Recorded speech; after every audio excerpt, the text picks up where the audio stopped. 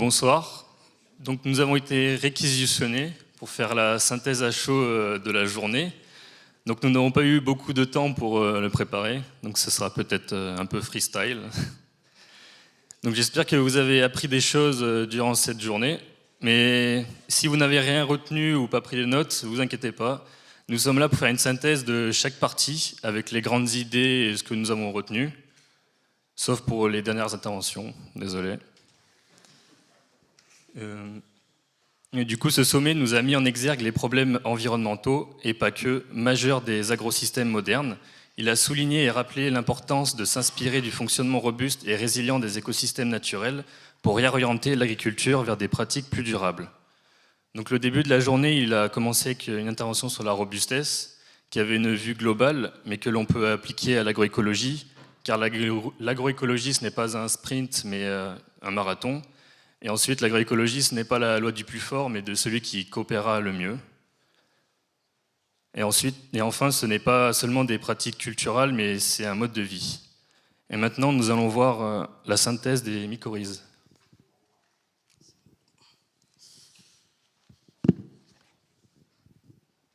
Au regard de tout ce qui a été dit aujourd'hui, permettez-moi de commencer mes propos par cette citation de Jean-Claude Lacassin qui dit « Le sol fait la vie fait le sol ». C'est de cette façon que nous pouvons mieux décrire tout ce qui nous a été représenté en ce jour sur le fonctionnement de la biologie du sol. De tous ces acteurs qui interviennent dans cette biologie, chacun d'eux joue un rôle très important et spécifique, ce qui permet au sol de rester vivant, favorisant ainsi un développement plus aisé des plantes. C'est particulièrement le cas des mycorhizes, présenté par le professeur David Whips, qui, pendant sa présentation, nous a fait comprendre qu'il y avait 3 types de symbiose, dont je vais citer le mutualisme, le commensalisme et le parasitisme. De ces 3 types de symbiose, il y avait 7 types de mycorhizes, donc 2 sont les plus importantes, les ectomycorhizes et les endomycorhizes. Les ectomycorhizes se font sur les racines des plantes, contrairement aux endomycorhizes qui se font à l'intérieur, donc les ifs des champignons pénètrent dans les racines des plantes et permettront, n'est-ce pas, le transport des nutriments. Par la suite, nous allons nous intéresser ici sur les endomycorhizes, dont les fonctions sont particulièrement les suivantes: facilite l'absorption des nutriments dans le sol, à l'exemple du phosphore, inaccessible par les racines des plantes. Les endomycorhizes ont également la fonction protectrice des plantes contre les bioagresseurs, la stabilisation des sols. Par la suite, il a également continué ce propos en disant: les légumineuses sont les plantes les plus cultivées qui établissent le plus de relations mycorhiziennes. C'est la raison pour laquelle les légumineuses sont conseillées comme couverts des végétaux. En ce qui concerne la sélection des plantes, les sélectionneurs devraient tenir compte pendant leur sélection de quel type de champignon établit la relation avec la plante à sélectionner. Dès lors, certaines pratiques agricoles perturbent et limitent le bon fonctionnement de ces réseaux. Afin de se nourrir sainement, conservons la vie dans le sol. C'est par ces mots d'Hippocrate que je vais terminer mes propos en disant que ton aliment soit ton seul médicament. Merci. Merci. Et donc moi, je vais maintenant vous synthétiser la première table ronde qui fut riche en échanges et qui a permis de mettre en évidence la nécessité de développer des indicateurs pour valider les progrès réalisés et mesurer les impacts positifs sur la faune du sol. Et ensuite, il a été souligné également l'importance de mieux comprendre les interactions entre organismes du sol et les effets bénéfiques qu'ils pouvaient entretenir entre eux, permettant à long terme de renforcer la santé des sols. Un autre enjeu majeur concerne l'accompagnement des agriculteurs dans l'évolution des pratiques, et notamment concernant l'aspect technique. Donc, je reviens notamment sur la gestion des couverts qui peut être parfois compliquée, et également dans la reconnaissance des pratiques agroécologiques mises en œuvre par les agriculteurs.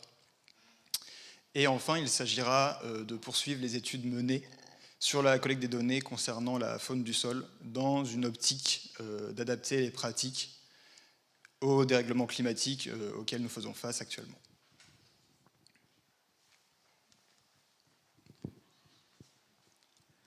Eh bien, pour faire suite à ce que mes collègues viennent de dire,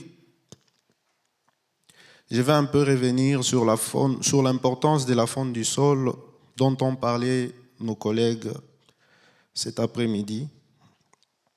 De manière générale, cet ensemble d'organismes assure de nombreux services écologiques essentiels, entre autres la bioturbation, qui permet une amélioration de l'aération et de la porosité du sol, une infiltration optimisée qui induit une réduction des risques d'inondation et des pertes de nutriments,